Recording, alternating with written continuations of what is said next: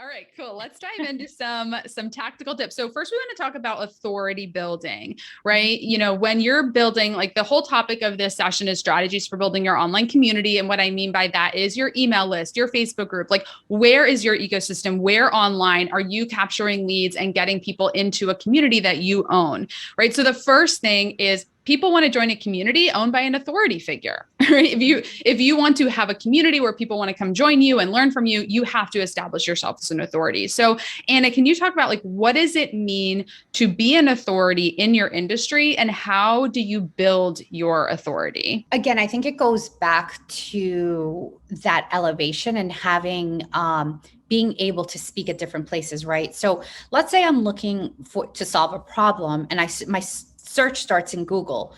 If I find your name in 5 different podcasts or 5 different places that you're solving that issue, there's so much trust built around that, right? Because I'm like, oh, wow, that really helped me. Oh, I learned those tips. And I think with podcasts, especially, like you could listen to it, right? So you're not like, you go, oh, I'll save this. Or I'll add this to, my playlist or whatever.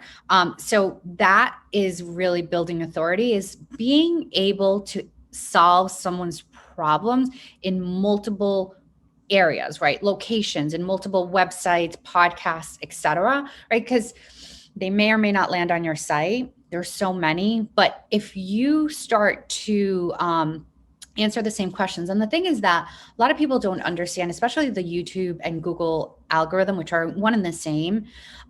When you start to answer questions in different places about the same exact thing with similar answers, Google actually establishes you as an authority.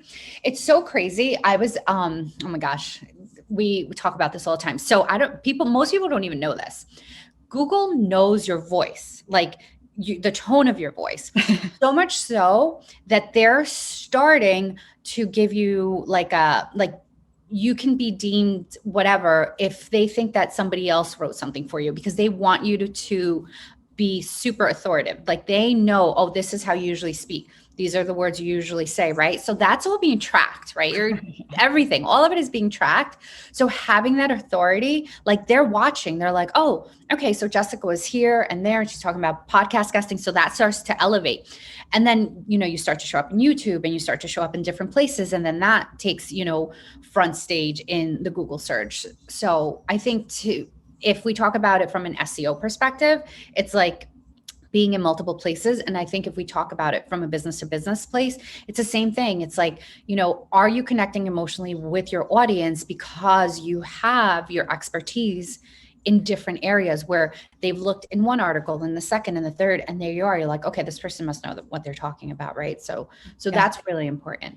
Yeah. So building your authority is about being out there, sharing valuable content, and being put on platforms as an expert. And so when you are interviewed every single month, 4 times a month on podcasts as an expert, Google sees that, right? Because we're going to get into next backlinks and SEO every single month. If you are on a podcast, Google is taking note that, oh, somebody just featured him or her on this podcast. Oh, again.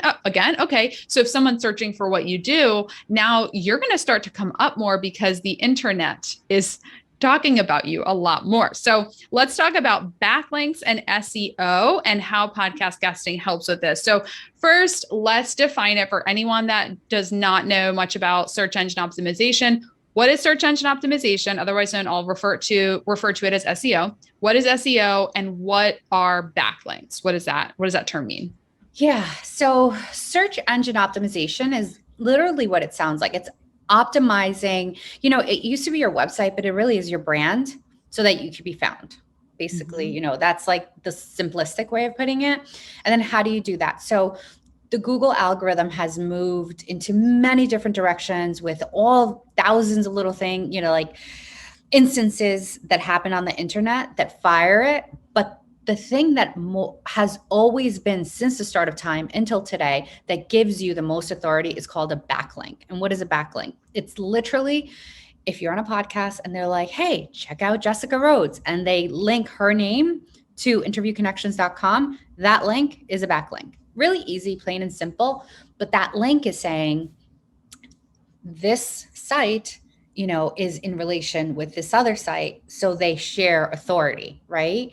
So if you have a link from, let's say, New York Times, your authority goes up. You have a link from multiple podcasts about the same topic, your authority goes up. So that's what it is. It's just someone, it's kind of like, one website saying to another website, like, hey, yeah, like we're buddies. Like I represent here. So Yeah. Yeah. So kind of picturing it, like if your website is right here and just picture, this would be a great, visual, like you've just got strings, right? Connecting you to all these other websites.